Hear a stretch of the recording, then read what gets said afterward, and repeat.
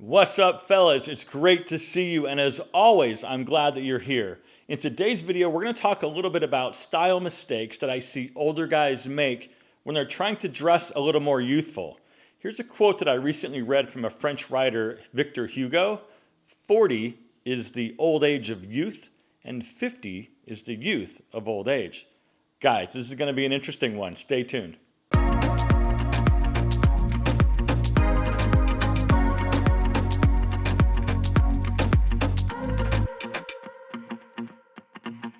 Okay, like I said, guys, I'm so glad that you're here. Real quick, my name's John, and I've been creating content over at 40overfashion.com since about 2014.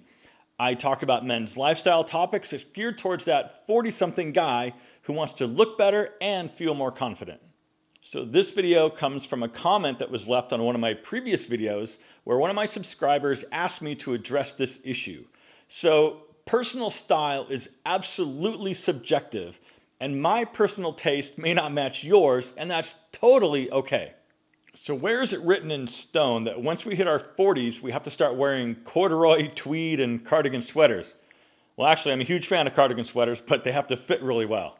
Society places these rules on us older guys that once we hit a certain age, we have to start dressing a certain way.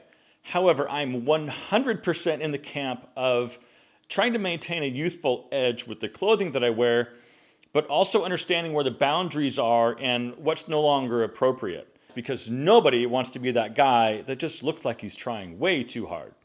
Okay, so let's start at the ground and we'll work our way up. So mistake number one is wearing your running shoes or your workout shoes out in public when you're not actually running or working out. I mean, we get it, you exercise and you want the world to know that you're still athletic, and that's super fine. I think though, the problem comes in is when most guys, in an effort to look a little more youthful, just default to that athletic shoe over something a little more classy. Some other casual options are fashion sneakers. Guys, we've talked about this before. So if you're a sneaker guy, there's tons of elevated and tasteful fashion sneakers out there for you. So for example, instead of wearing this, your athletic shoe, out in public, why not opt for something like this? Nice fashion sneaker. Or if you're into white sneakers, they go with everything.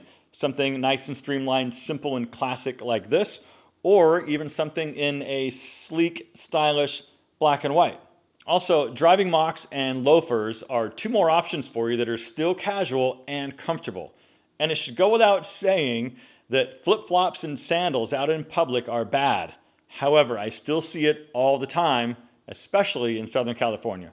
Mistake number two is wearing jeans or trousers that are a little too trendy and don't fit you. So this covers skinny jeans that are way too tight. This covers bootcut or relaxed fit jeans that are too baggy and too long.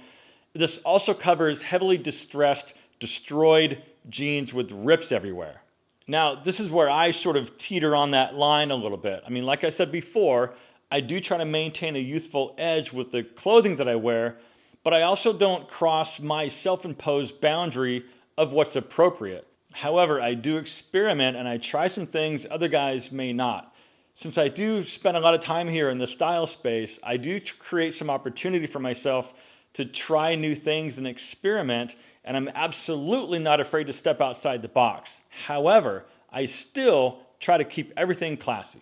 I think most mistakes happen when guys follow trends a little too closely or just go with whatever they went with 10 or 15 years ago.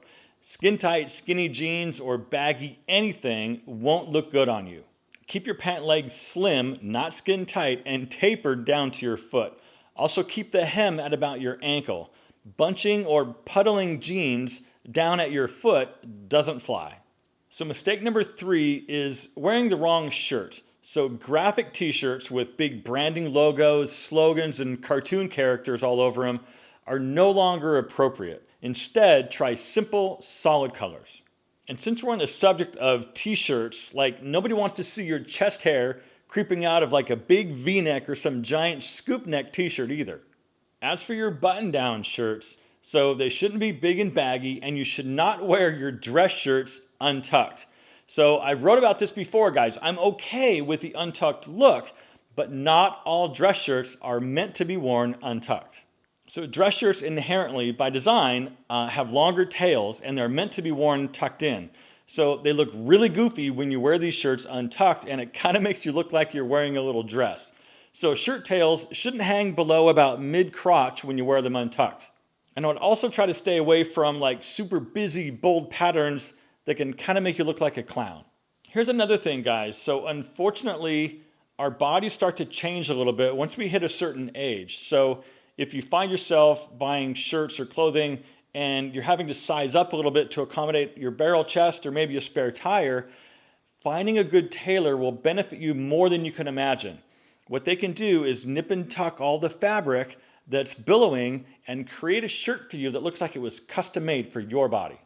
Mistake number 4 is wearing sport coats that are too big.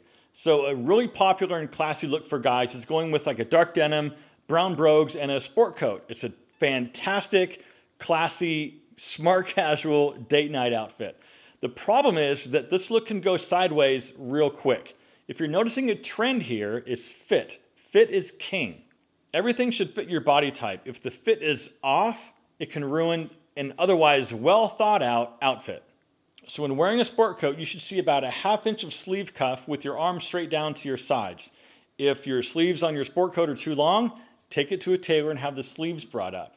Another thing is when your sport coat is buttoned, you should feel a slight pull at the button. Now, I said slight. So if you can take your jacket and pull it away from your body when it's buttoned, the jacket's too big for you.